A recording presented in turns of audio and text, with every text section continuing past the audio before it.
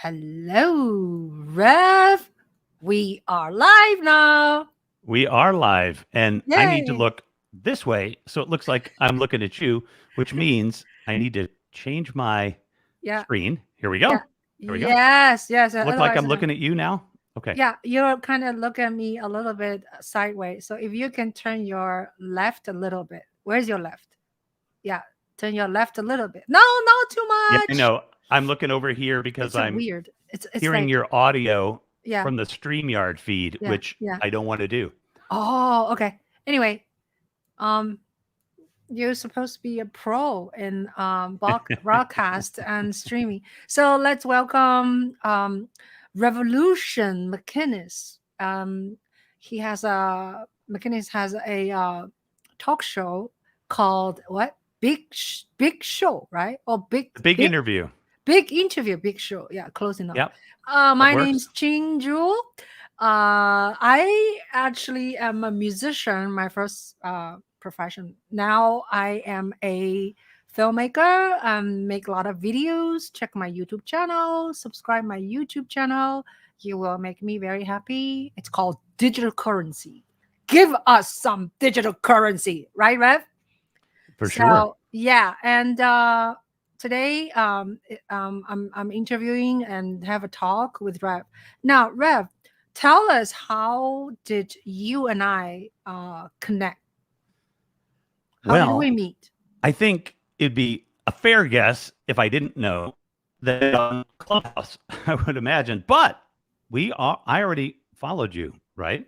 Yeah, you subscribed my YouTube channel in January this year. That was before, I think it was before I got on Clubhouse, because I Yeah, didn't think I got on Clubhouse until January, which is pretty cool. But I'm yeah, guessing it was yeah. probably through Andrew Yang and the UBI. I probably found you that way because I'm a big Oh, fan of UBI. So, oh, so you can consider yourself young again?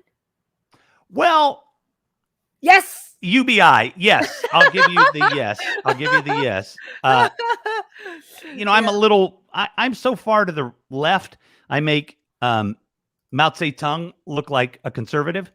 So, That's funny. Or Deng Xiaoping. yeah. Oh, Yeah. man. Yes. Yeah. Yes. So yeah, you have such a rich background, and you went through a lot of shit in life, Mm-hmm. and now you are a father, and you also advocate,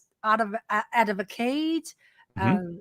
activist, abolitionist. Now, what is abolitionist? What do you abolition about? Well, so in this context, abolitionist is someone.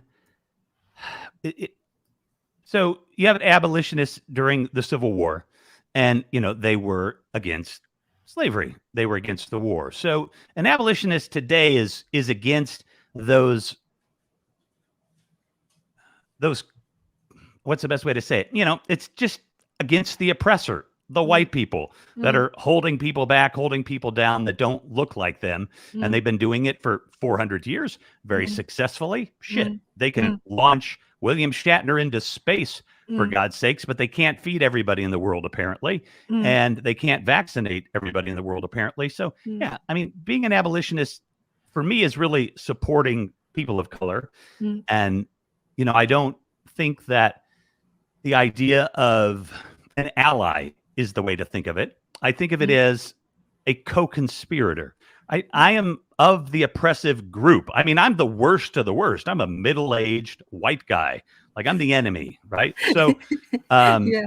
it's really hard for the enemy to be on your side, but I can work against the Vichy French traitorous government, right? That sold out the French. I can work against the patriarchy. I can work against the oppression. And that's probably what white people should do, as opposed to trying to be an ally. The best ally is to sit down, shut up, and then listen. And after you've listened for a while, then you can say, hey, hi, I'm here. I kind of understand this story more now. How can I help?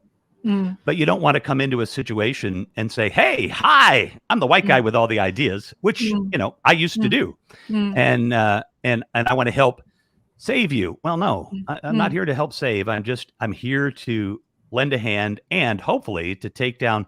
Don't tell anybody. Capitalism, and but I use capitalism against capitalism.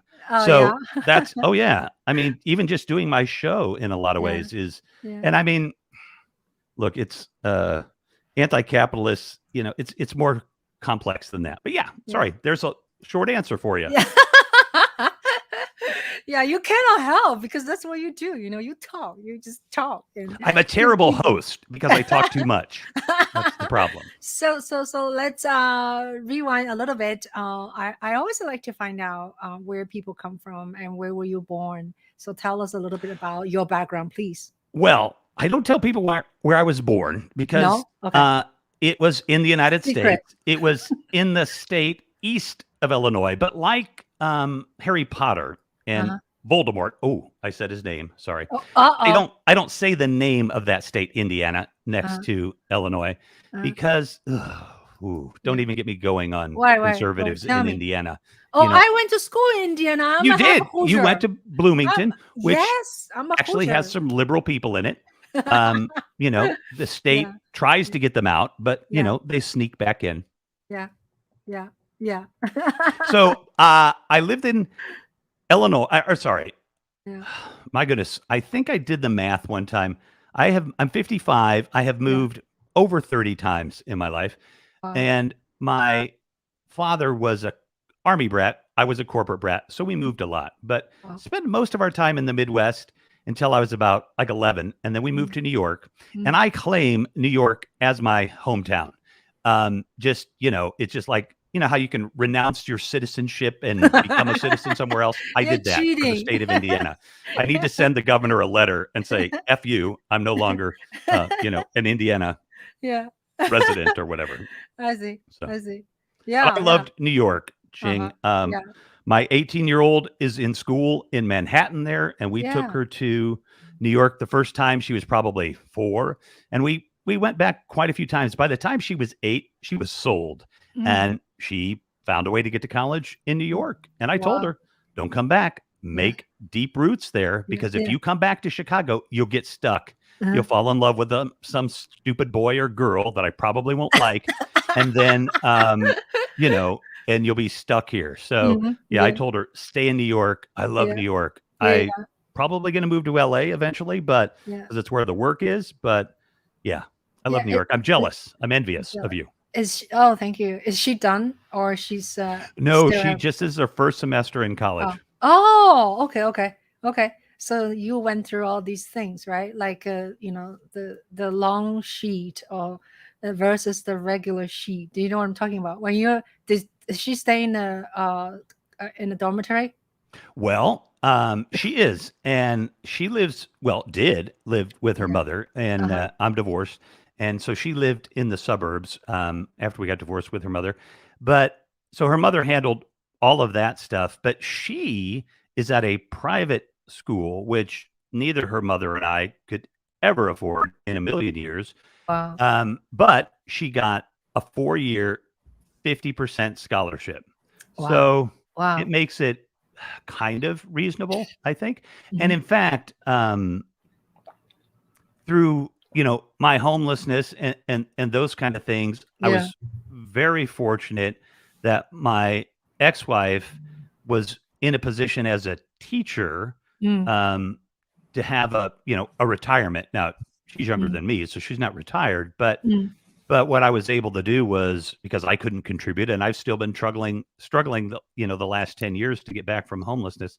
And so I was really fortunate. I was able to just say, hey, that half of all that money that's due me because I was with you during that time, put it towards her college. So, that is something that I'm glad that I was at least, able to contribute. Wow. That's wonderful. Education and college is becoming so expensive. That's just insane. I don't know. I mean, your daughter must be doing really great in high school, and she's able to get scholarship from college, right? Hmm. But Hmm. what about people, they don't get scholarship and they have to pay 4 years of if it's a substantial good school, right? Hmm. Or famous, whatever. Like NYU is like what, $80,000 a year, you know? That's criminal. Yeah, yeah. And the thing is, Yale and Harvard, and I'm almost tempted to look up NYU's endowment, because from what I understand at Harvard and maybe Yale, Mm, if you don't have, nobody has to pay to go to mm, Harvard. They have mm, so much money mm. that maybe the ultra rich still pay, but I Yeah. mean, generally they get Hmm. the creme de la creme, Hmm. and they have like a $1 trillion endowment or something. I mean, it's Yeah. nuts. Yeah. And you've got, man, you've got small private schools, you've got public schools, you have HBCs, you've got all of these schools that are underfunded. And I mean, Mm, again, it just goes back to the greed of people, of capitalism. mm, Humans are not well adapted to be nice. mm, Our default, I think, from an evolutionary, scale, is to knock you in the back of the head and steal your food. And mm, so when that's kind of your baseline, right? You're living in the mm, wild, and I'm mm, being, a little mm, hyperbolic here, but when you're living on the savannah and trying to stay alive, mm, and you've evolved for a couple of million years to do that, mm, it's hard in just 50,000 years to hit the ground running and not be a brutal kind of person. And so where that brutalness shows mm, up is in the greed of, like, who needs more? Like, look, I'm doing this show. We're doing great work, but I want to make bank. I want to make money. I'm out at 15 million. When I've made 15 million, everything else can go to somebody else, to some good, to some cause. I'll donate before that, but I mm, don't need a damn dime over $15 million like forever. mm, So I think anything over 50 million in net worth, 98% tax. Any mm. dollar you make after 50 million bucks, 98% tax. Oh no, Revolution, there'll be no innovation. Oh, there was a 98% tax for the Carnegies and those guys. They did fine. Hmm. They did fine. So Yeah. Wow. So, UBI, I'm all the way. yeah, 20,000 a so month for every American. Just get it out 20,000? there. Everybody's like, 20,000? oh, it'll raise. Look, they gave, since this crisis, Yeah. they have put out about $10 trillion to Wall Street. Mm, In 5 of it they'll admit to, and the other 5 they won't. right. And so you take $10 trillion and you divide that by every American every month. Yeah. There's plenty of money. Plenty Yeah. of Yeah. money. The people, the first thing they say is where the money come from, and then They make it up. yeah. Yeah, they think the government only going to print. I don't think so. And also, NGM was talking about is a Hmm. value added tax. So Hmm. there's Hmm. also other taxes like what do you call climate or oil or not oil, Right. Carbon tax and carbon, things like carbon. that. Yeah, yeah. Yeah. No. And So yeah, this, our data is all gone with no income, right? I mean, they're well, selling our data like crazy. I'm telling you. so we're now, as a society, Mm, automating middle managers. Okay. mm, mm, So, if you're a right, janitor, right. wait, am I allowed to swear in here, Ching? I'm sorry. Not too much. Okay. We already used up. Heck. Why? You can just say the Frack. first letter. Frack. Say the Yeah. first letter. Yeah. If you're a janitor, you can be replaced by a robot. But if you're a middle manager at Billy Bob's insurance company now, Mm, you can be replaced too, because I can report to my manager on a computer screen, and the AI and stuff is good enough that you might not even know for a while that your boss isn't real. yeah. So, Right. by my calculations, based on the back of an envelope and everything that I've heard, Mm, within 50 years, we could have 80% unemployment because there'd be no jobs for anybody.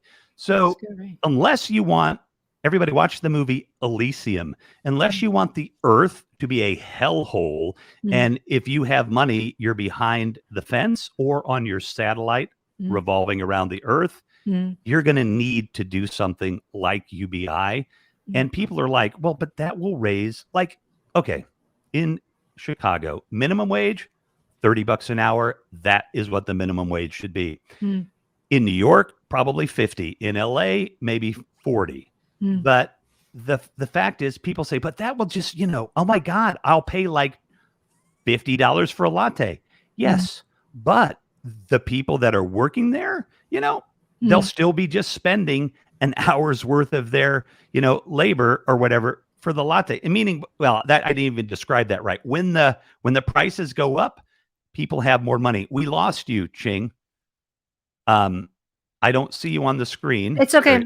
My camera is lost, so I'm gonna read. Yeah, you go ahead. You get it back. So the economics of it, the reality is, and I'm no economist, but if you raise wages, prices go up, but the people now can actually afford some of your stuff. So it's obviously more complicated than that. But what's not complicated is being human, being decent. I mean, what in the HE double hockey sticks does Jeff Bezos need like $250 billion for? He doesn't. He shouldn't be allowed to have $250 billion. He should give all of that in taxes, back to the people. He certainly doesn't do it at Amazon. He in my opinion, treats people like crap in his company. And wow, I notice I swear a lot because I can't swear. And hopefully Ching is rebooting her. I will let everybody know, because you don't see Ching on the screen. My name is Revolution Maclnnes, and I am being interviewed by, there she is, Ching Juhl. My webcam somehow just died on me at this minute. So I probably swore too much. Yeah, so I switched to my computer. Oh, that looks fine. It looks good. Yeah, it looks great. So, because I think the webcam is slightly better. Yeah, so we talk about. Yeah, I love to talk about UBI because that's what NGN's one of the main platforms, and a lot of people supports him is because that a lot of young guys would love to hear your opinion, because I know you not because you're young, and I just find out you do support that, so that's very, very refreshing, and thank you so much. Now tell us a little bit about what your journey became a podcast host. Like, what made you to become a host, and then is that a very easy way of spread your messages? What is your what is your main motivation? Yeah, I used to run around with a gun and go to liquor stores and spread my message by taking their money out of the register and telling them, you should probably vote for, better wages for people like me, because then I don't need to do this. But what got me as a host, I think statute of limitations is up on that too. I'm fine. But what got me as a host, that's interesting. I have been around entertainment my whole life. I did a couple of group commercials when I was very little, and I definitely got the bug to be in front of the camera. I mean, look, I'm gorgeous. I've got a great voice. I'm incredibly intelligent. So, I mean, I'm a natural to be a host, but I don't have a big ego. I'm not sure about you're gorgeous, but your voice is very, very attractive. Well, thank you. Yes, and for the $15 a minute, I'll give you my phone number. I'm not kidding, folks. It's only $5 actually. But so wow, the path to being a host. So all right, so I host a talk show. So we'll do this in a little bit in the back, because I want to make sure, because I'm having fun here. Not about capitalism. It sucks, but I'm having fun here. And the fact of the matter is, as I said, I want to make bank. I'm out at 15 million. Don't need any more than that. Don't have really even $1 yet, but we're going there. And my mission, though, beyond making money, is to bring unheard voices to my platform. So again, I'm a 55-year-old white guy. In fact, when I was homeless, I was like the poster child for the folks that helped me, and I love them, and we're going to have them on the show. But the fact of the matter is, I'm well educated. I wasn't an addict. I have mental health issues, bipolar, that's well managed, but so that was more of my problem. But being homeless and being an activist, I started doing activism for people then. And we started with my friend. It's hers. I've helped her out for the last 8 years. She's the baby. I've, been behind the scenes helping out a little bit. Dr. McBride, she's been on the show. The nonprofit is called Become, and I will put those links in after the show. But the nonprofit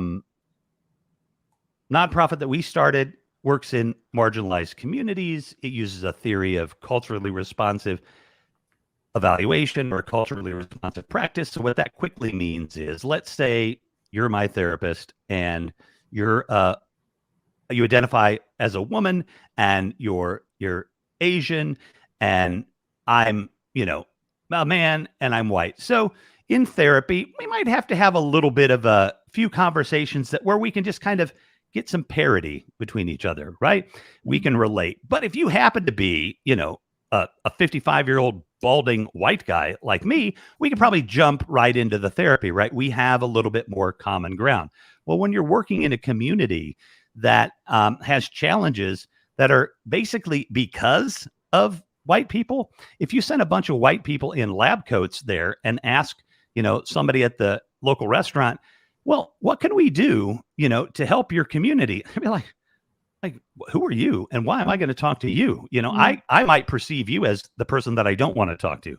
But if we bring somebody in to talk to folks about what they would like their community to be like, or better yet, what we're going to do is we're going to bring people from their community. We're not going to bring somebody from the outside. We're going to bring somebody from their community. They're going to be trained to ask the right questions. And we're going to help that community become what that community wants. It's great that people in Lake Forest or people in Beverly Hills or, want to give money to people and try to make a difference. But a lot of times that comes with strings like, well, we would like you guys to not shoot each other anymore in Chicago. So we're going to give you some money and don't shoot each other. No.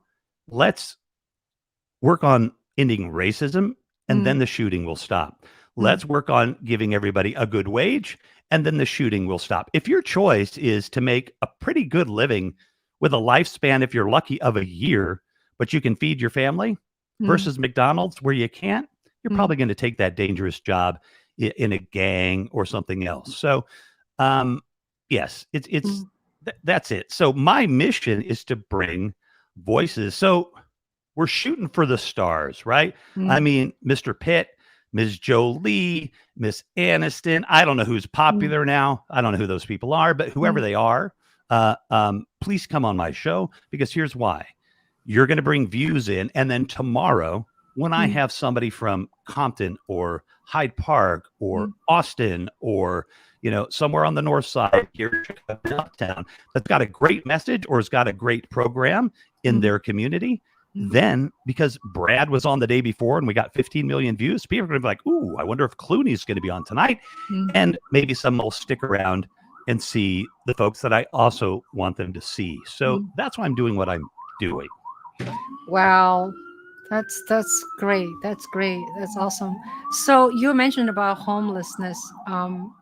What happened before you become homeless and how you became homeless and for how long and how did you get out the whole situation?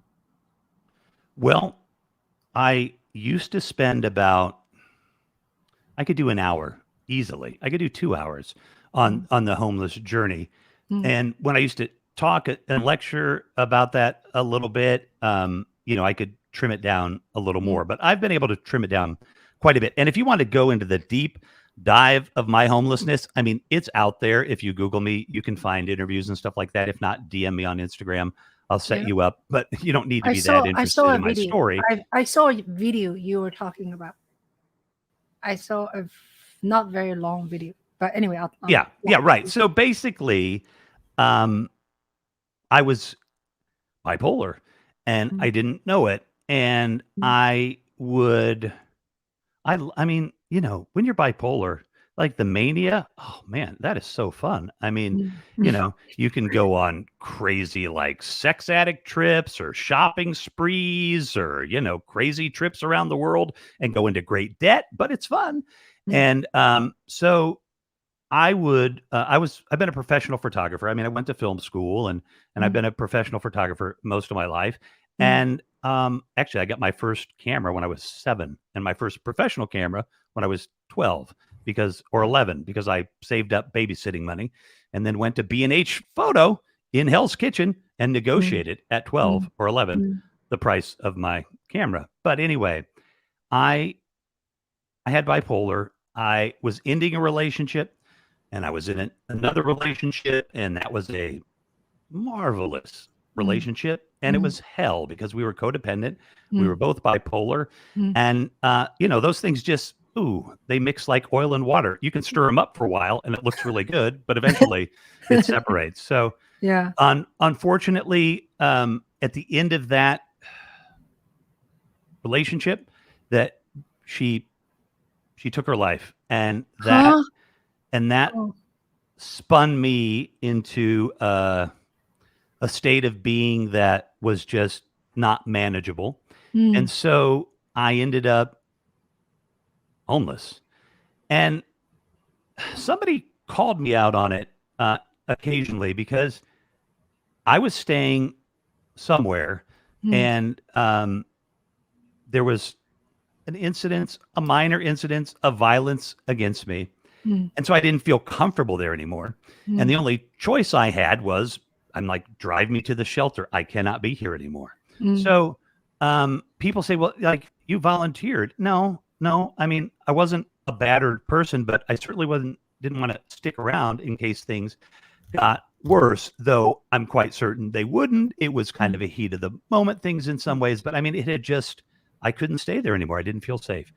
And I wasn't in my right mind. I was bipolar, and it would Mm. take that journey of homelessness to really discover that. And Mm. I made a lot of discoveries while homeless Mm. about myself that were able to then to help me learn to manage my bipolar. That's why the story can take a long time, because we can walk through that journey. But homelessness, though I would never wish it upon anyone, Mm. I would go down that path 1,000 times to be able to be here to talk to you, to be able to be here to do the work we're doing, to be able to be here to do the work we've done for the last 10 years with Dominica's nonprofit. So, you know, don't let people become homeless if Mm. you can help it. And most people don't know that if Mm. you're staying on somebody's couch, you're not paying the rent and you got Mm. nowhere to go, you're Mm. homeless. You may not be Mhm. living on the street, but you're Mm. homeless. And so it's a continuum like anything else. Yeah. So, how long you were in that situation without? So from the first night that I hit the shelter Mm. until I was at the YMCA, Mm. where I was put into like temporary. It was literally, the room was big enough for a twin bed. Oh, and I was so grateful. Don't get me wrong. The room was big Mm. enough for a twin bed, a chest of drawers, and a small closet. It was small. It was a very Mm. small space, but it was my Mm. space. And so I was there. So I was on the street. I mean, Mm. I stayed in shelters. Some nights I didn't get in the shelter. That's a whole story into itself. But I was probably about 5 months on the street, and Mm. then in temporary supportive housing at the Y for like another month or two. And then they actually got me into what's called permanent, like supportive housing. And by the time I had been in there for, I could have had it for life actually, but I think I used I was in two different apartments over a couple of years, and then met the executive producer, my son's mother, and I think we moved into we kind of met, and I never left her apartment. So eventually I gave up. I gave up the apartment. So Wow. Wow, that's intense. So all this time you are in Chicago. When Chicago is in wintertime, it's very brutal. So when you were not having a home, do you remember? Was it a summer or is Well, like no, you it have to was. go through? I became homeless on December 26th, Oh my God, that's so and cold.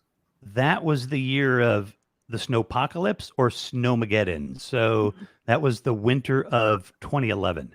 And Mm, so in Chicago, we had a massive blizzard. mm, But, the day before, mm, I had helped secure a pair of boots, mm, vegan mm, boots. mm. The story is What the hell is a vegan boots? so there was a young woman with, gosh, Paige. She's 21 now, I think, but that would have made her, I think she was in her early teens. And she had like a 10-year-old brother who had autism and her mother. They were in the shelter at the same time I was. And, winter was upon us, and Paige wasn't going to wear any boots that were made out of any, leather or any of those kind of materials. And her mother couldn't afford, the boots that she wanted, some vinyl boots or whatever. She couldn't afford any boots, honestly.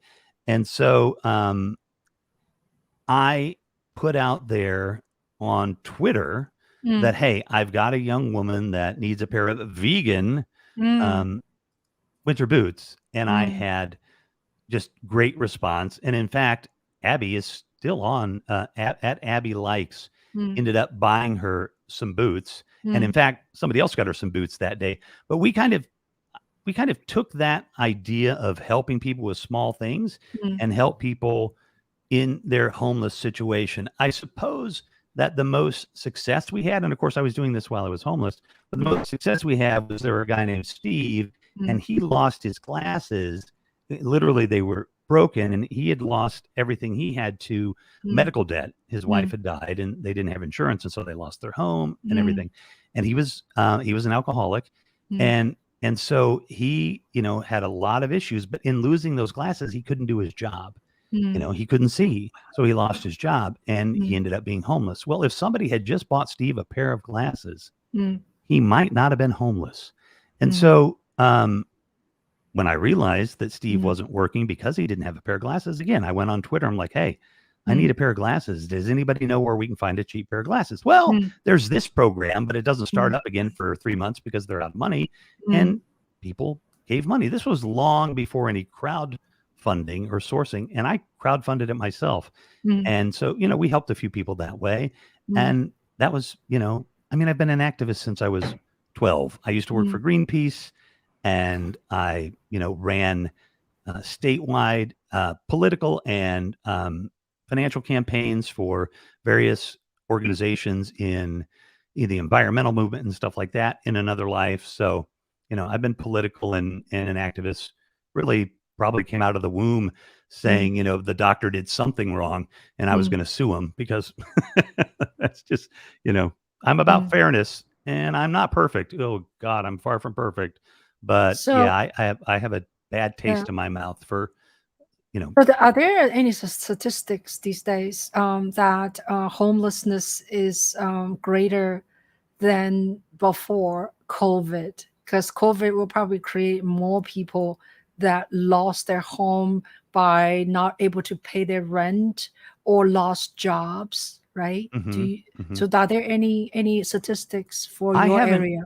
heard, but most states have just the states that did have the rules in place that you couldn't evict people, those like in Illinois, it expired. They are now able to do evictions.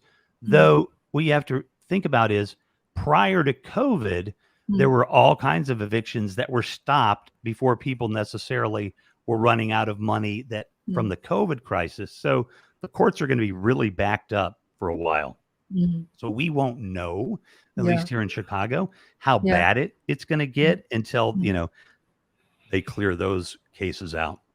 Yeah. So I was hearing you were talking. I don't remember in which show because I was listening to you. I try to get to know you. You were saying something like if you see a homeless person, help them out, give them some food. So tell us more about that. I thought it was really, really helpful. Like I sometimes when I see homeless person right on the street or when I'm driving, they approach me and I freeze. I don't know Hmm. what to do. So from your point of view, you were there. So for my point of view is, well, oh no, I don't, I don't want to get dirty, or I don't want to deal with this person. This person may be kind of weird. So Well, I want you to tell us what to do. first of all, if you're uncomfortable, just, it's okay to keep walking. I mean, we can't help everybody. Now, this is, it'd be interesting if I knew what you were watching. That's very cool that you picked that up. But really, before I was homeless, I kind of made an observation that a lot of homeless people, not my original idea here, but that, they probably have another issue, right? And in fact, they might be hungry at that time, but it's even more likely that they may be addicted to something like alcohol or drugs. And so it gets a little silly. And in fact, sometimes homeless people will say, well, look, can I go buy you a sandwich? No, I mean, they want the money, but they use the sandwich as, as to gain, obviously, to get sympathy. Now, most homeless people are not panhandlers, and most panhandlers aren't homeless. So let that sink in, folks, a little bit. But the fact of the matter is when I see somebody that seems like they may be having, issues, they could possibly homeless, or even if they're panhandling. Uh, if I have the time, and I don't always, but when I have the time, I'm going to ask them. I'm going to say, hey, are you hungry? Do you want some food? Can I go buy you some food? Or do you need to get something else? Do you need money for something else? And they'll be like, well, um, they're like, okay, yeah, and I'm like, okay, so I don't want to be rude, but do you need a fix? Do you need a hit? Do you need a drink? Mm, Is that why you want money? mm, And well, sometimes they'll answer, sometimes they won't, but hopefully they'll say, yeah, I mean, I've got a habit, I've got an addiction, and that's what I would like the money for. And I'm like, look, this isn't my business, but I'm mm, going to give you some money, or let's go down to the liquor store and buy the Ripple that you want. And here's what I want you to do, because I know when you're looking for a fix, you're not going to do anything to better your situation. All mm, you want is that mm. fix. Yeah, So yeah. I'm going to give you your fix. Here's the Hmm. cash. Okay. Right, right. How much do you need? Now, Mm, when you come back from that, do me a mm-hmm, favor. mm, Think about what you might be able to do to change your situation. Here's my card, mm, and um, give me a call, and I will try, to help you find some resources when you're ready.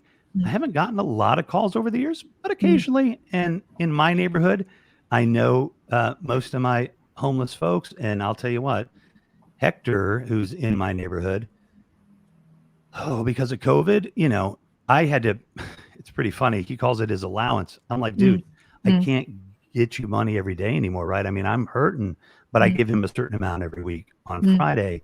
mm, And it just breaks my heart because, geez, Hector's 5 years older than me.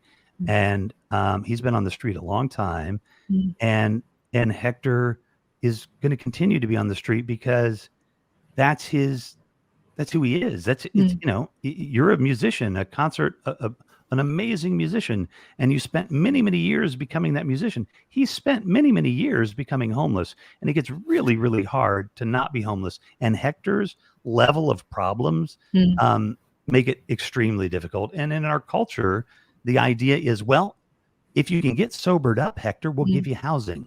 mm, Because now, technically, he doesn't have to get sobered up and get housing, mm, but as soon as he makes a ruckus, he's going to get kicked out.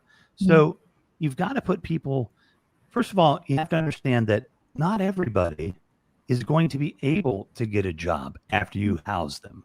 Not everybody is going to be able to get clean mm, after you house them. So you're going to want to continue to work with them.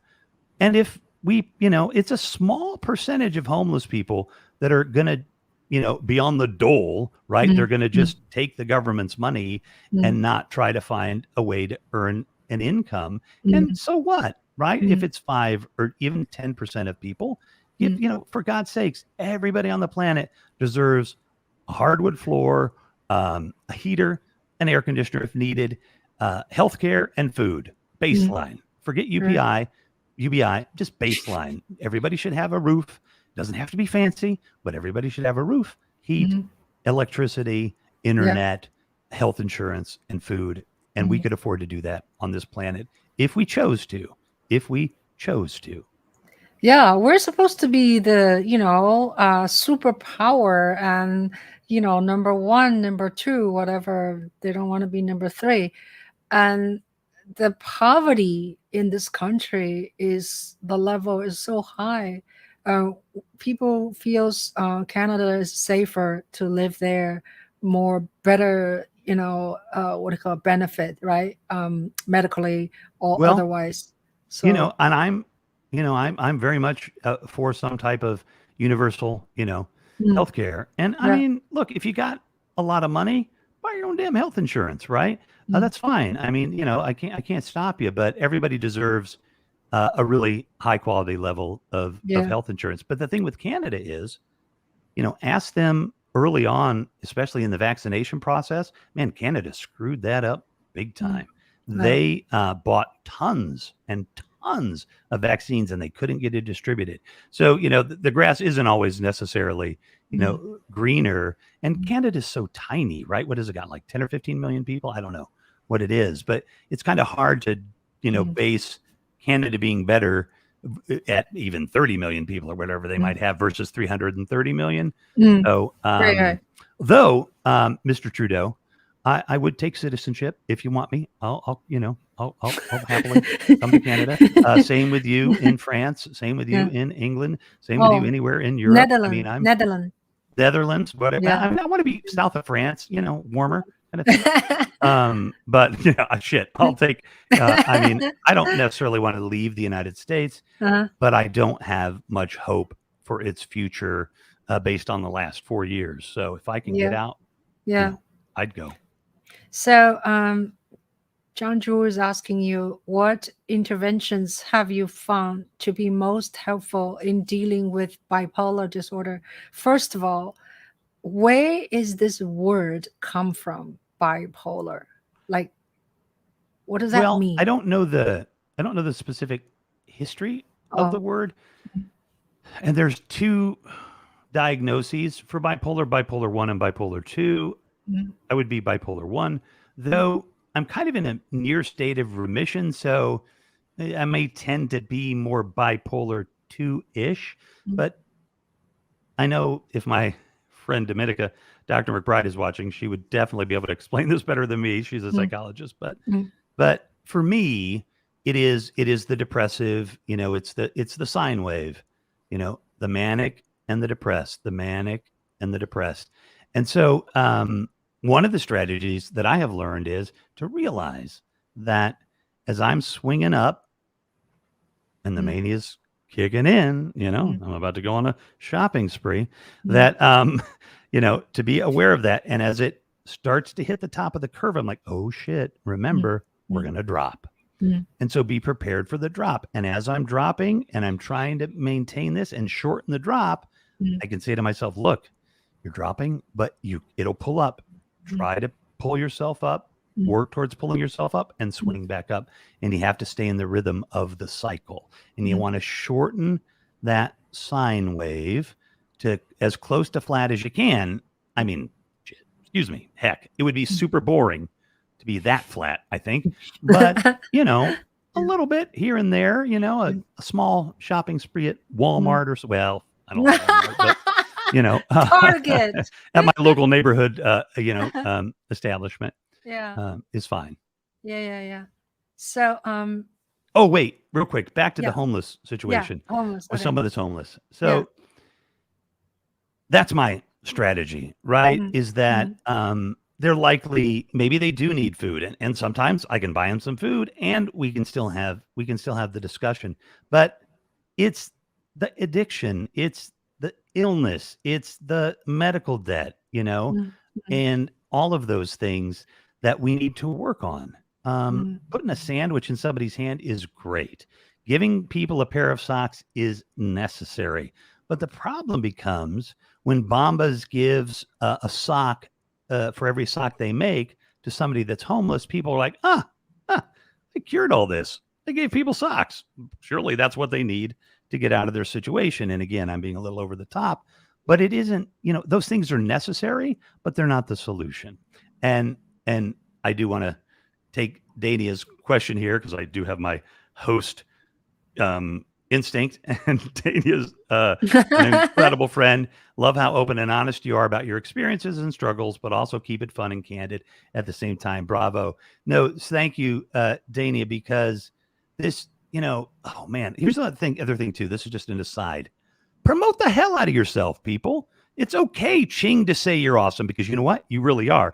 And I'm not bullshitting here. Ooh, darn it. I am so sorry. I'm not whatever here. Revolution, no swearing. Okay. No swearing. But the fact is, you should promote yourself, right? You should be able to say, that those words about yourself, that you have this, that you can do that. It's okay to do. Again, our culture is like, ooh, don't toot your own horn. Yeah, okay. But if I don't toot my own horn, who's going to notice? And that guy over there, that's the boss. Oh, he toots his own horn all the time. But you're telling me not to toot mine, maybe because you want his job. I don't know. Toot your own horn, for goodness sake. And be an advocate for yourself first and foremost. I learned really the last couple of years, there's something called boundaries, I guess, you're supposed to put up. I'm not, I don't put them up very often, but I'm learning, to put some boundaries up. Yeah. And so. That's wonderful. Yeah. So we were talking about, so right now you think your mental health is in control. May I ask a personal question? Do you have to take medication to keep you balanced? Do I have to take it? Yes. And, but right now, so because of COVID, I definitely slipped back a lot because of financial, strains of COVID. I slipped back a lot. In fact, I was able to increase my therapy to twice a week, which has been insanely. Whoa, there you go. Not a great word. Revolution has been very helpful for me. And so we're making some good measures of. I mean, we were running pretty good for a while in that we were starting to talk about, we're entering something like remission with my bipolar. It's not 100% obviously going to happen, but the statistics are pretty grim on people with bipolar and suicide. Now, I've never had a suicidal ideation, but an ideation means a serious thought towards killing yourself.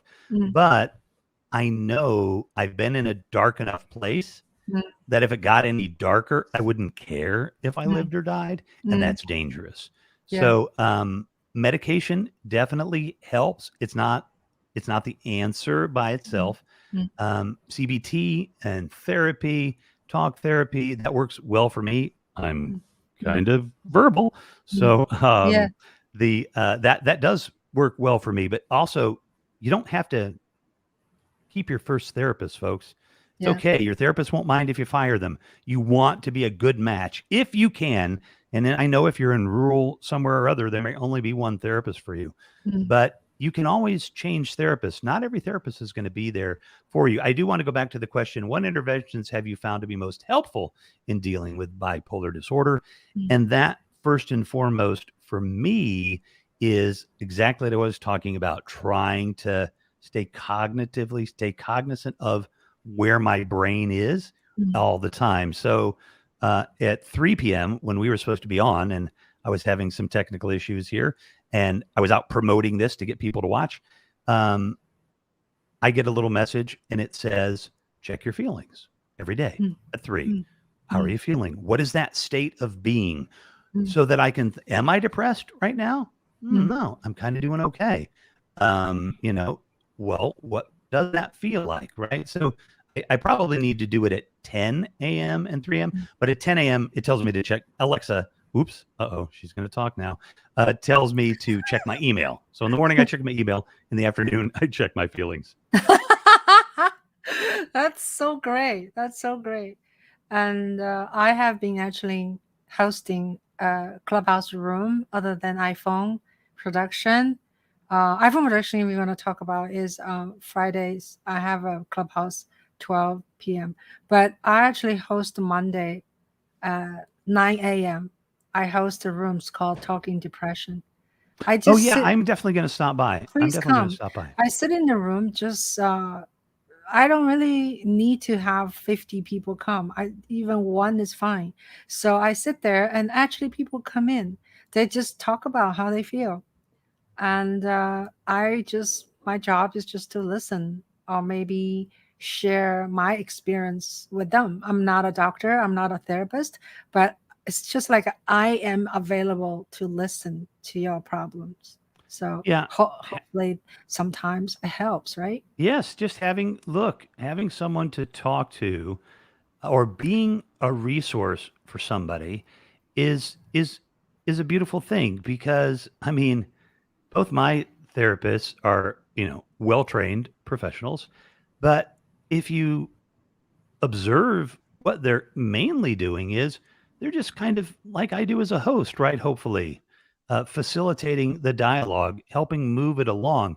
I mean, Mm, it's actually Lily, my primary therapist. We've known each other for about 3 years, and that's rare for people mm, necessarily to be able to keep a therapist, mm, that long. mm, And so, knock on wood for goodness sakes. But we know each other well. She knows me well, and in fact, I'm like, you're going to have to go off the clock because now we were mm, just talking business and I'm going to use your idea.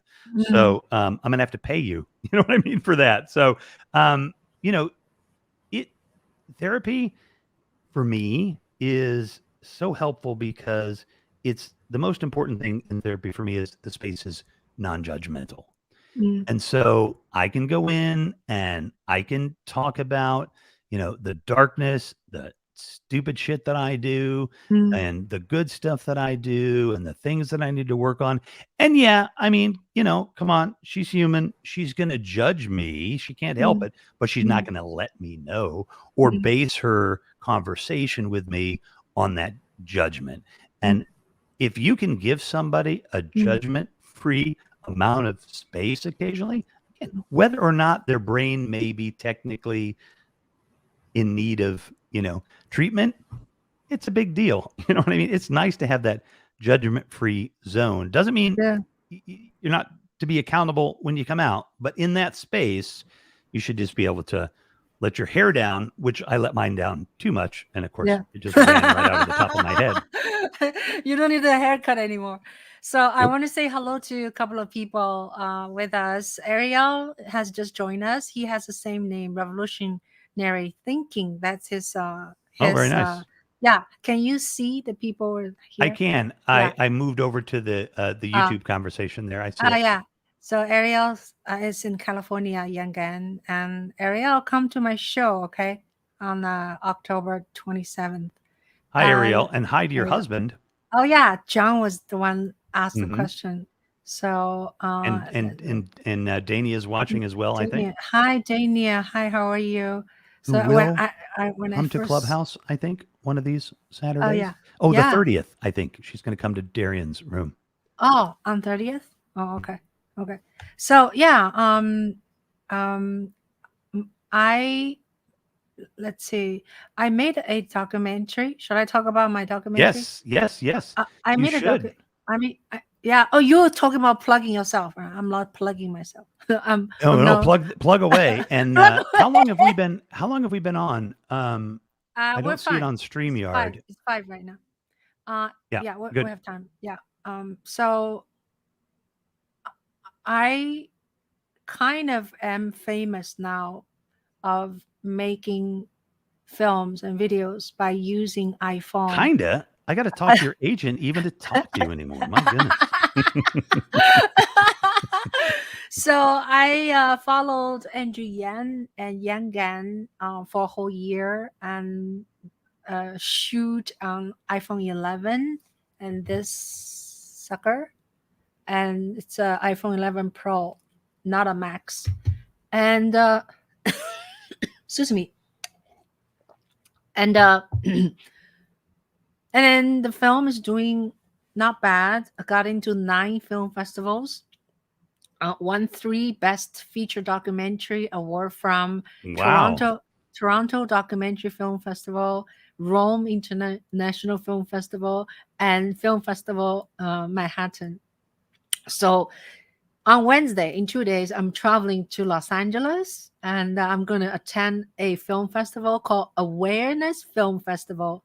And they're going to be going on for 10 days. I'll be there for 10 days. And then a week after this coming Wednesday, which is October 27th, my film, my Young Gun Diary, is going to show at the Awareness Film Festival at 7:45 p.m. Pacific time. So if you are in California, please come. Yeah, you Yeah. should definitely check out your film. And just what a great Sorry. path you have to, I have interviewed you, so folks could watch that interview too. And if you're watching this, for sure on the replay, check that out because we had a lot of fun. But your path even to, to coming to this, heck, your path to America, it's all very interesting. And I think that the Yang Gang folks are, really lucky to have you as a part of their movement. Yeah, I get so much out of the whole movement, and by just following Yangan and witness how Yangan works, how they canvas in the snow, canvas in the rain, canvas in 3 degrees in Mm-hmm. Iowa. So I stayed in Iowa for 2 weeks and went to 3 different cities to canvas, and also went to New Hampshire for 3 weeks. Just canvas also in the winter. That was like a late January, early February 2020. Yeah. So, but I feel like I am a better person after this movement because I had no idea what a what do you call political campaign, what a grassroots campaign um, is like. And the whole thing is a learning curve for me. So the film, if you see, you're going to see people really their dedication, their passion towards Andrew Yan, and very, very moving. So it's an 81 minute documentary shot on iPhone. Yeah, shot on iPhone, and you have an iPhone room a mobile video room on Fridays on Clubhouse as well. Oh yeah, I have on Clubhouse. I host a club called iPhone Video Production, and yeah, please come. It's 12 noon in Eastern time, and we've been together for 32 times. Really? Yeah, 32 weeks. Wow. Next Friday, I'm looking at my calendar. Next Friday, yeah, 32 times is 2 days ago. So next week is 33. That's like 8 months we've been together talking Mm-hmm. about smartphone video. That's awesome. Yeah, That's awesome. So tell me a little bit about you. You seems like you know a lot of things about. Let's talk about this, and then we're gonna do rapid fire. So Sure. talk about your experience of like. Oh, you're a photographer. You said like about Yeah. your Right. At my core, I'm a I photographer. really appreciate you come to my room and my club. So tell us a little bit about your experience of being a filmmaker or photographer or videographer. Well, I mean, Darian Donju, Ching Juhl, Sky Nakamura, Amanda Moresco, and I could go on with everybody. Yep, Sky. I could go on with everybody that I have made connections with around filmmaking and through Clubhouse, and Dania included, and Jim Jones, who connected me with Dania. All of those people have kind of inspired me. So I went to film school, and in fact, I was in a room with Gavin Booth recently, and just Google Gavin Booth. First of all, he's really good looking, so I like having him on the show because it brings up my views. And because I've been told by my viewers, we need more good looking men on your show. I'm like, really? Because Yeah. then then I don't look as good. But anyway, but so what was I talking about? I started thinking about how handsome Gavin was. Yeah. So me and filmmaking, but Yeah. I did. I am producing a couple of small things that I have decided to take on because I've been inspired. Because I was in a room with Gavin and a bunch of filmmakers, and it was like I was the only one that had been to film school, and I wasn't actively a filmmaker. So I am definitely stoked. I have been working on a couple of screenplays and a couple of shorts for people, a couple of vehicles that we've been kicking around ideas for a while. And so I've been inspired to work on a couple of vehicles for people, to help get the word out about their abilities, in acting and filmmaking and things like that. So I am very much excited about like Darian's 1 Minute Film School. I keep telling myself I'm going to enter, but they're so damn good.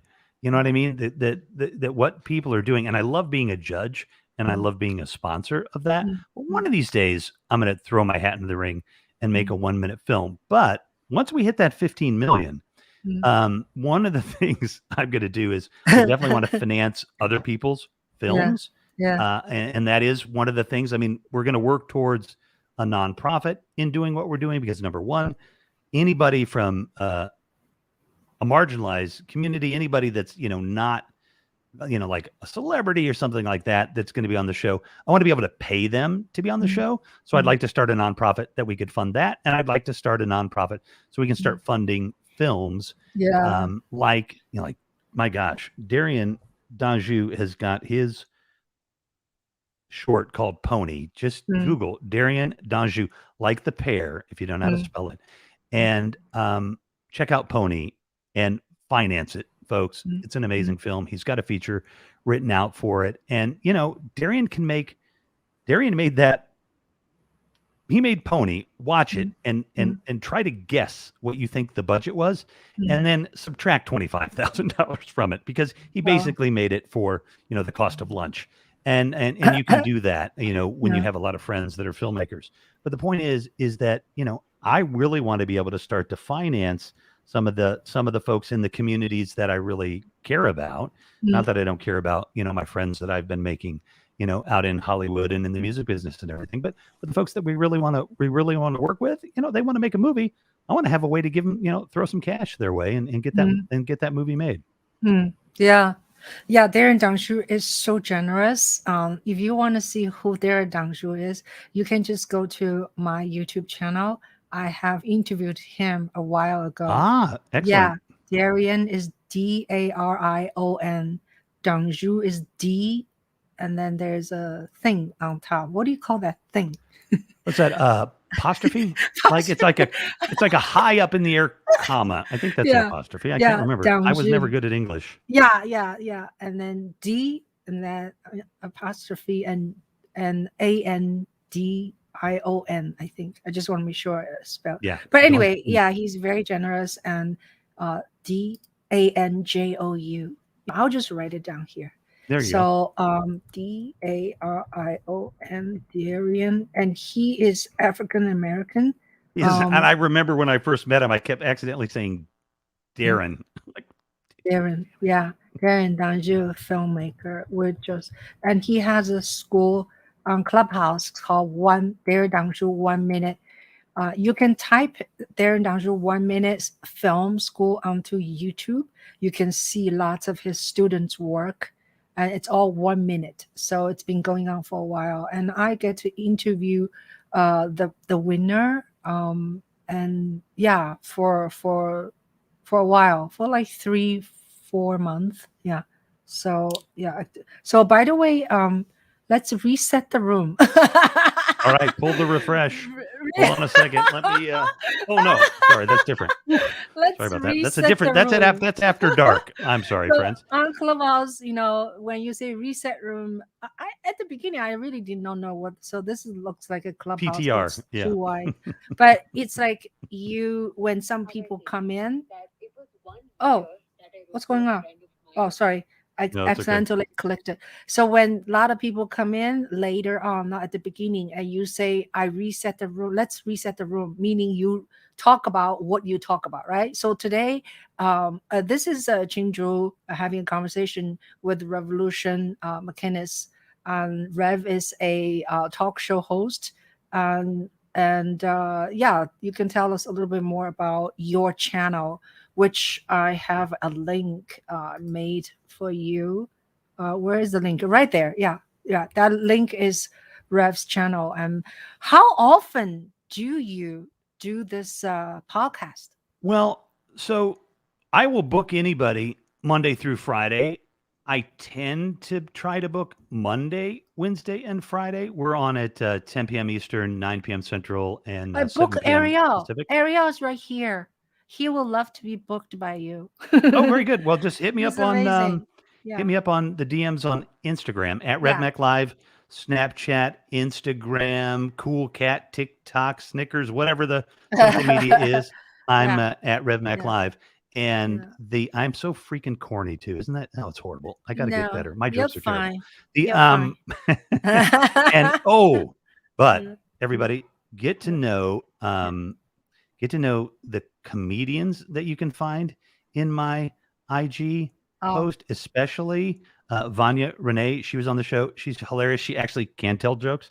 But oh, so my program is supposed to be Monday through Friday, but I had a little bit of I had a every big day, burnout in the every summer. day, every Yeah, day. I had a big That's a burnout lot. in the summer because I was doing it every day and I was working about 20 Oh, hours a week oh, to 20 hours a day, I'm sorry, yeah, to yeah, build up what we were doing. yeah, And I kind of couldn't stop because I yeah, needed that momentum to yeah, kind of push me to yeah. where I am. Because 8 months ago, I was a nobody. Now Mm. I'm slightly less of a nobody.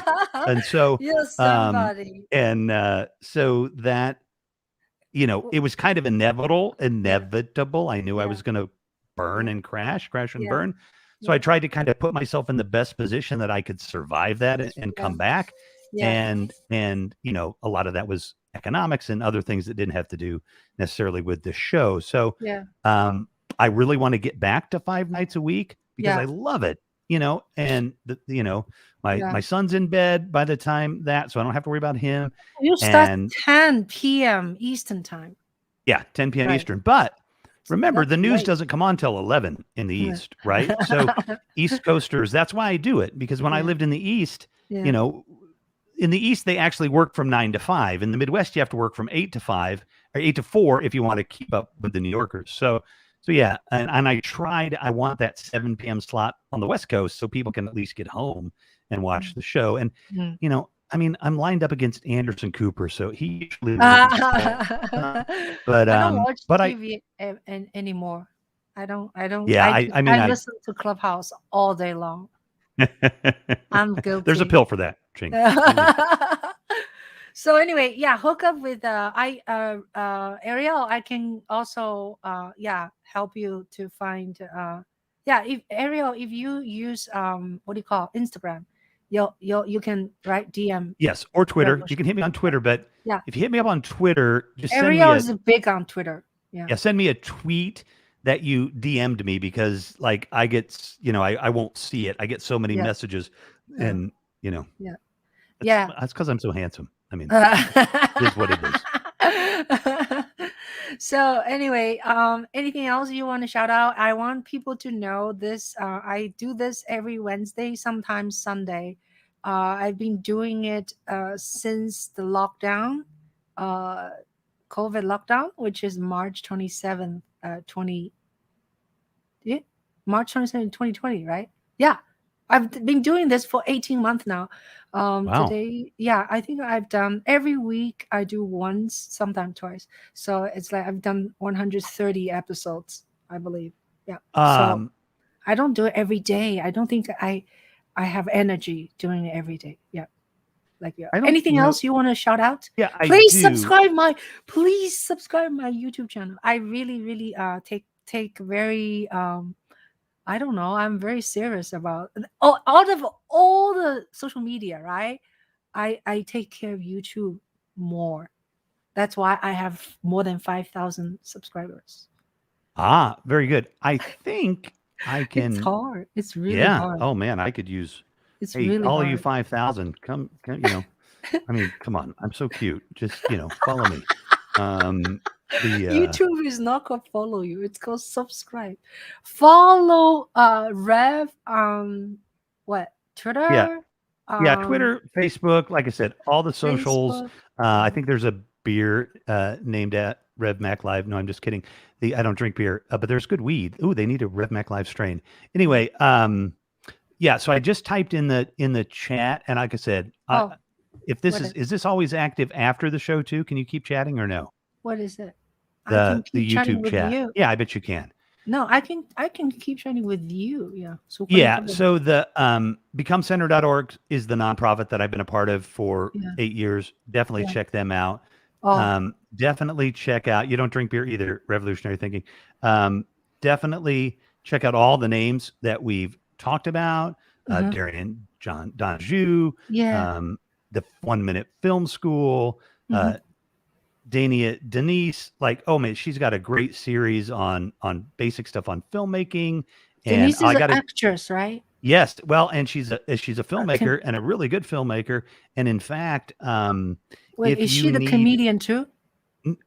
No. no, I don't. Oh, Well, okay. I wouldn't be surprised because But she does no, just about when you everything. say comedian, which one is Well, that? that's Vanya Renee. Oh, Definitely okay. check out Vanya Renee. She's Yeah. all over my Instagram as Yeah. well. Yeah. And yeah, I definitely want to do, because one of the big things to me on my show is, if you're a guest on my show, I'm going to do everything I can to Mm, promote you mm, after the show, because if you blow up, then mm. I can be like, ha, Ching, remember when you were just a nobody like me and now you got all those Academy Awards? Yeah. Yeah, You. could you please come on my show, please? Do you remember me? Yeah. So, Yeah. I mean, everybody's like, you're so nice and you do so much for people. No, not Yeah. really. I'm doing it for me, because when you blow up, I'm going to Yeah. be I'm You're going to be that much better selfish. off. Hey, we need to also say some nice words about Juhl, my husband, Oh, who's very yes. listening. Who's listening right now? And he's putting up with me now. I all when I don't when I'm short of audience, I say, "Oh, please come to watch my show. I want audience." So he's patiently watching us, and yeah, he's very nice. And he's the backer of my filmmaking, right? I mean, basically, although I did not spend that much money on my film, but you still have to travel, your time, and so it's really difficult. Even if you have a shoestring uh, budget for your film, right? There's still like so many things. It's incalculable how much time you spend, Hmm. right? How much effort, how much heart. That's like priceless. So anyway, Priceless indeed. yeah, And Juhl, yeah. just more power to you, because Ching is a pain. No, she's awesome. And that's great Yeah, that yeah. you have that support. I mean, look, you got to have a tribe, you got to have a team. You can't do this you can't do this filmmaking stuff. I mean, you can do it alone. Mm, But I mean, mm. the word lone, like lone wolf, lone Yeah, gunman. I mean, yeah. you don't want to be those. Right, You want a team. It takes a right. team. You need people Yeah, to support you. You need people to yeah, bounce ideas off, for goodness yeah. sake. So, And thank yeah. you, Kathleen. Kathleen Dowlings from my neighbor who's in my workshop. I coach, I host a workshop where we live voluntarily for many, many years, teaching people how to use a media equipment. So Kathleen is here right now. And my son, Ching Juhl, is here actually. I saw Thank that. you so much. Yeah, my another team member. And he's doing really great. He's fourth year at Juilliard. So you can check his name in my channel, and he's a hell of a great violist. Yeah, he Oh, plays. that's nice. That's Yeah, awesome. Sean. Yeah, Sean That's plays really really well. awesome. I do want to say that we've got the actress and professor and she's marvelous. And I'm putting her in here right now on Monday. I'm Oh, pretty sure okay. that's tomorrow. I'm Okay. sure Monday's tomorrow, and I'm pretty Which sure which professor? Alexandra Mm, Wright is going to be okay. on, and Okay. she is really, really cool. Professor of I think what? that's going to be a lot of fun. What's that? Professor of what? Oh, actually, I think it's theater. Oh, okay. Um, Cool. the and that should be fun. We also have a couple of more people. I always forget to How do you promote them? Like each show, do you put the information on Twitter and I Instagram? do. Okay. Okay. I put a lot of stuff on Instagram when I have the time. Mm, I make short, little clips and stuff like that. mm. But it's How really tough. when do you do it? Do you do it a week ago or 3 days ago Well, or one day ago? I tend to do it just the day before because people just tend to forget, Yeah. right? I Yeah. mean, they've got so many busy lives. So I try to hit them up as many times as I can in one day. Look, if I'm Instagramming or tweeting or whatever too much, I mean, just, stop following me or, Mm, mute me or something. But I don't do it too much. But Vanya, who I was talking about, like mm, she's like a machine. Now she's in marketing, but she posts like practically every hour in her story, mm, and I always know when she's gigging, and I'm not anywhere near LA. mm. So that is I think you should do it a week out, then 3 days out, then one Mm. day out, Right. and then an hour out. But I just, Right. I don't have the Right. time, and it's a full-time job, to be honest with you, just booking the show, Yeah. finding the talent.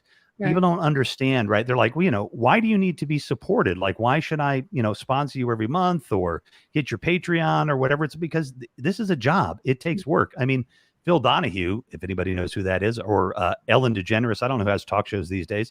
They have Mm. a whole staffs of people that do this for them, right? Right. So, Right. I mean, support me. Go to at Rev Mac Live at Haps TV, and flip me $5 a month if you like what I'm doing. Mm, It would be very helpful.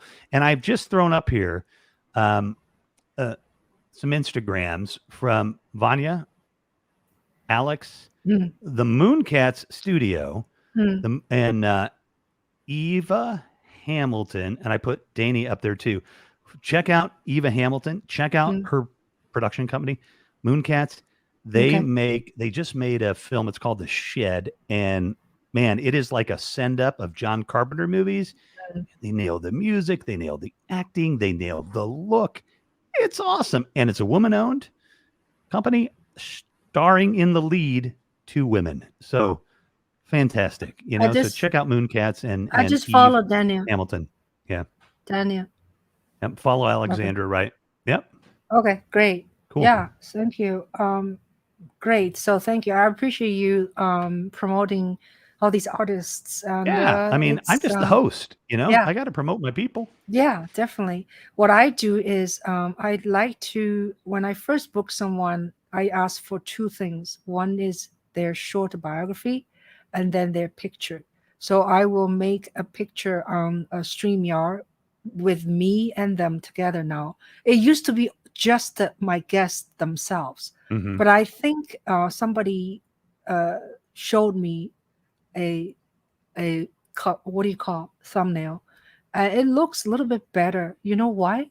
I think psychologically, my friend, when they go on my YouTube channel, they don't know you, they don't know Sky, but then Hmm. if they see my picture with you, Right. right, and they it will give them more appetite to see the show. Does that make sense? So you're disappearing on me. What happened? Hi, Rev. I know. Can you hear me? I can hear you, but there's no image. I suspect that my hang on, that my iPhone 12 here. Hang on. Okay. But anyway, Yeah, it died. what? You're using your iPhone 12? Oh, Yeah, it's powered, but okay. I had it too low. But we're wrapping up, right? So, Okay. Yeah. Okay. That's fine. We talked long enough. It's already yeah. 5:26. So anyway, so you don't have another device I can see you? Well, yeah. Hang on. Actually, hang on. Okay. I can flip Okay. this one on. I'll just It'll talk just to take a myself. second. I take the black out. All right. When I see you back out. So, yeah, thank you guys for watching. I really appreciate you and appreciate your support, support the art, support my show. And yeah, and I remind everybody one more time, if you're in LA on October 27th, my film, documentary film, My Young Gun Diary, is going to show at the Regal Cinema LA Live. And even if you're not in LA, actually, you can go on a link, which I'm going to put it, the link will be in the description. And you can click that. You can watch in around the world. I think they do simultaneously online film and also theater. And online also carries to next day. You can see extra day. Oh, you're back. All right. I'm back. And Oh, look, your Aiden, son is there. step back. Step back. It looks like you're a giant. See? Because it's a Hi. green screen. Looks like Oh, he's a giant back there. Yes, hi. that is my 8-year-old now. Okay. So cute. Vámonos. So cute. Arrivederci. Ciao. See you later. I'll be done in a minute. It's okay. I don't mind him there. Yeah, he's fine. It's okay. He He's loves so seeing cute. himself just like we all do. Yeah, he's so cute. All right. So should we do rapid fire quickly? Sure. Yep. I'm game. All right. What's your favorite color? Ooh, black. Black. Oh, that's interesting. What is your favorite food genre? Thai. Hi. Um, Indian. which Both. book you have read recently that you really like? Man. I mean, ever since the internet, I don't know. We But, don't read anymore. Yes. I'll tell you a book that I would like people to read. It's been a while since I've read it, but read The New Jim Crow. It's a good book for people to read. And anything about how being a white person is not healthy for other groups.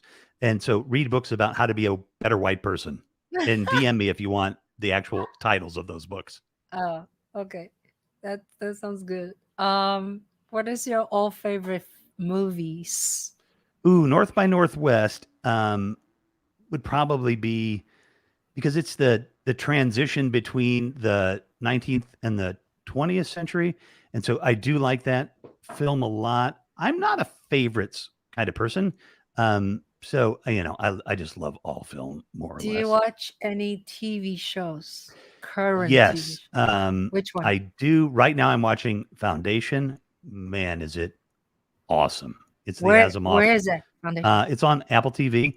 It is the Isaac Asimov trilogy from the 50s that really set the tone for science fiction going forward. And it is very it's funded by Apple. It's incredibly well made and phenomenal. Wow. If you have an opportunity, don't have to worry about money making, and which city would you like to spend 6 months at, just for fun? I don't know that they have cities, but Bora Bora. That sounds very exotic. It is. When I learned about Bora Bora, it was the most like remote place on the planet. Oh, yeah. You have to take like a ship, a plane, a train, a pogo stick, and a couple other things to get there. That's how far away it is. So, yeah, Bora Bora. That is where I will be running my empire from after I build it. Yeah. So, do you have your favorite music genre? Pop music. People make fun of me, like, dude, like, you're listening to like Ariana Grande. Yeah, she's good. And I've been listening to pop music my whole life. Pop music is the culture of, it's the pulse of what's going on in the world. You want to know what's going on in the world, listen to pop music, and you're going to get what rich pop music stars are thinking. And you're going to get what rich pop music stars were thinking before they were rich, hopefully. And so you're going to get a big slice of what's going on in the world. So I love pop music. Would you consider making a short or long film by using iPhone? Um, yes, for sure. I mean, look, anybody want to throw me, 5K, 50K, 500K, 5 million, I'll make whatever movie you want, and it'll be a damn good movie because I'll get a lot of damn good filmmakers to actually make the movie. I'll just be the EP.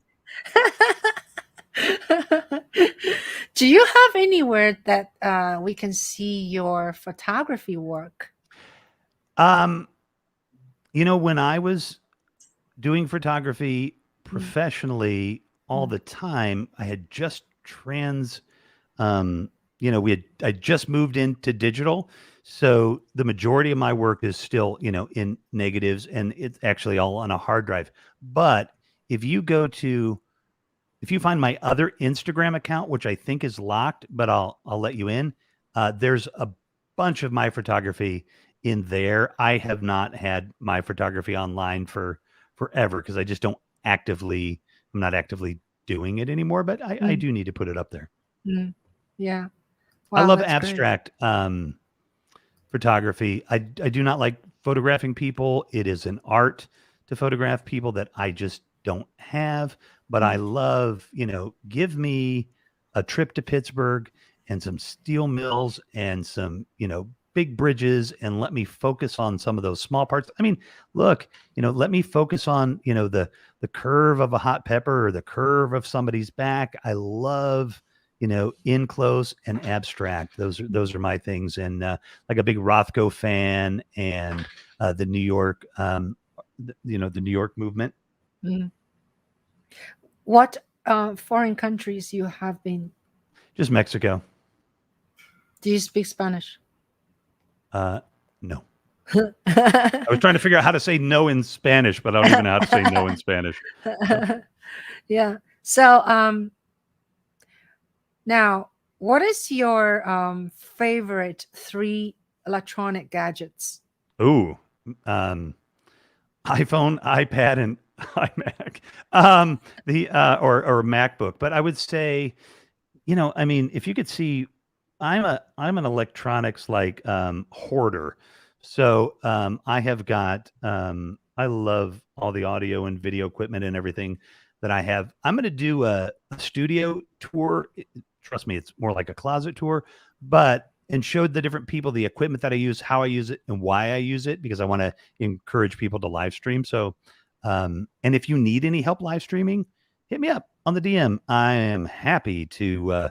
We can get you started at $100 or less, and you want to really rock it. We can get you for $500, maybe $1,000 if you really want to be crazy good in terms of the way you look and that kind of stuff and sound. So, can you really make money by doing podcast? Yes, you can. Can I make money doing the live stream? Yes, it would take a certain amount of, I don't want to say dedication, but a certain commitment to getting the sponsors and those kind of things that I need to do. But I'm actually kind of focusing on a path of getting sponsors that will actually pay for my whole show. That'll sponsor me for like a week kind of thing. And we're trying to put some deals together to do that. But I'm also actively working well, I'm working with people in let's just say in Hollywood on a couple of things, and I'm trying to start the production company and those kind of things. So the live streaming, get into it, folks. First of all, be yourself. If people like you, that's going to be great. If they don't, think about what's wrong with you, maybe. Like in my case. But I mean, if people like you, that's what's going to make you grow. Don't try to be something that you're not. But I've heard statistics like 1 million people in China will be making a living live streaming in the next Really? few years. And obviously, the economy in China, you don't need to make as much, Mm, but it's huge. Live streaming is huge. It's just at its beginning. Get in, and I'm doing a lot of things that I'm trying to invest in the media, in the medium. So I'm very committed to it, to live that's streaming. great. Yeah. So, Rev, I am just doing this kind of a YouTube live stream, and I don't have a podcast. So, question is, do I need really, or should I also Yes. why? Yes. Oh. Well, you can be conceivably, I mean, I've heard marketers argue against being oversaturated on too many platforms, but honestly, man, those platforms switch and change so much that you need to be at least have a presence on them. But I would say yes to a podcast because your format, it shouldn't take much for you to just detach the audio, flip it into some kind of podcasting thing or whatever I don't know what they do with that podcasting stuff because I haven't necessarily done it either, but I'm planning on doing the same thing with my episodes. The other thing that I'm starting to do is edit my live streams, especially when we have the one-on-ones.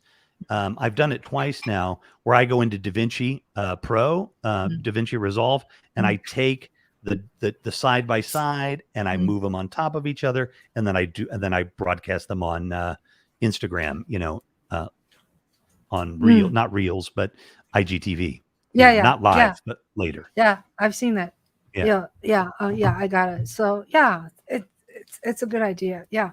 Yeah, but So definitely a yeah, podcast. I don't think you could go wrong yeah. because it's another way for people to find out who you are. Uh-huh. And podcasting, the penetration from the numbers I've seen.